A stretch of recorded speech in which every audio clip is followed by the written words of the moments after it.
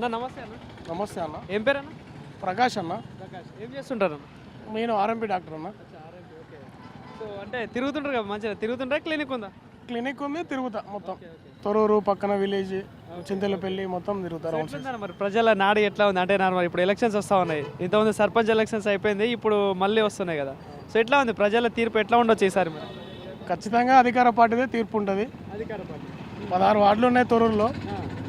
సరే, వార్డులో కొన్ని డిస్టర్బెన్స్లు ఉన్నా కూడా కొంత ఈ మధ్యలో కొంత కాంగ్రెస్ ప్రభుత్వం పాలకుర్తి నియోజకవర్గంలో చిన్న చిన్న డిస్టర్బెన్స్లు ఉన్నా కూడా ఖచ్చితంగా ఈసారి అధికార పార్టీదే పీఠం దక్కుతుంది. అధికార పార్టీ ఖచ్చితంగా 8 నుంచి 12 వార్డులు గెలిచే అవకాశం కూడా ఉంది. అంటే ప్రధానంగా ఎవరెవరి మధ్య టఫ్ ఉండొచ్చు అంటే ఈ పోటీలో?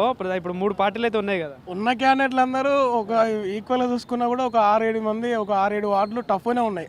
ఈక్వల్ ఉన్నారు ఇద్దరు, అటు నుంచి కరెక్టే ఉన్నారు, ఇటు నుంచి కరెక్టే ఉన్నారు. పోర్ అనేది టఫ్గా నడుస్తుంది.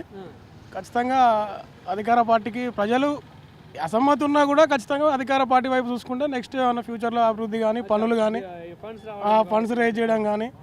తొర్రూరు పాలకుర్తి కాన్స్టిట్యున్సీలో 6 మండలాల్లో ఉన్న తొర్రూరు మండలం ఒకటి మున్సిపాలిటీ కాబట్టి పాలకుర్తి కాన్స్టిట్యున్సీ లెవెల్గా డెవలప్ అవ్వాలన్నా కూడా ఇది పట్టణం.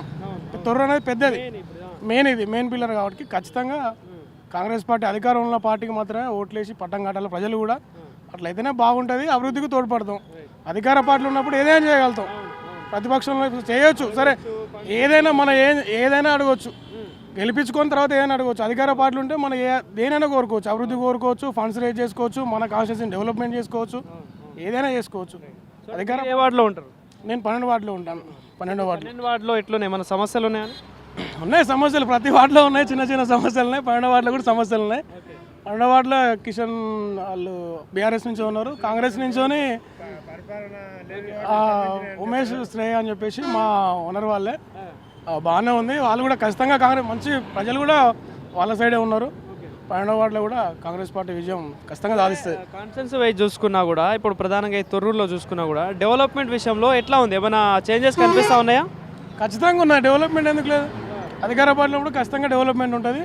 సరే, చిన్న చిన్న డిస్టర్బెన్స్లు ఖచ్చితంగా ఎక్కడైనా జరుగుతుంది. అది ఒక పాలకుర్తి కాన్స్టిట్యున్సీ కాదు, మొత్తం ఎంటర్ రాష్ట్రంలో ఉన్నది ఆ డిస్టర్బెన్స్. సో చిన్న చిన్న డిస్టర్బెన్స్లు ఉంటాయి, అన్నీ కలుపుకోపోతారు. ప్రజలు కూడా అన్నీ గమనిస్తారు. ఎవరికి పట్టం కడితే ఎలా ఉంటుంది, ఎవరితో ఎట్లా ఉండాలి, ఎవరితో మమేకం కావాలి.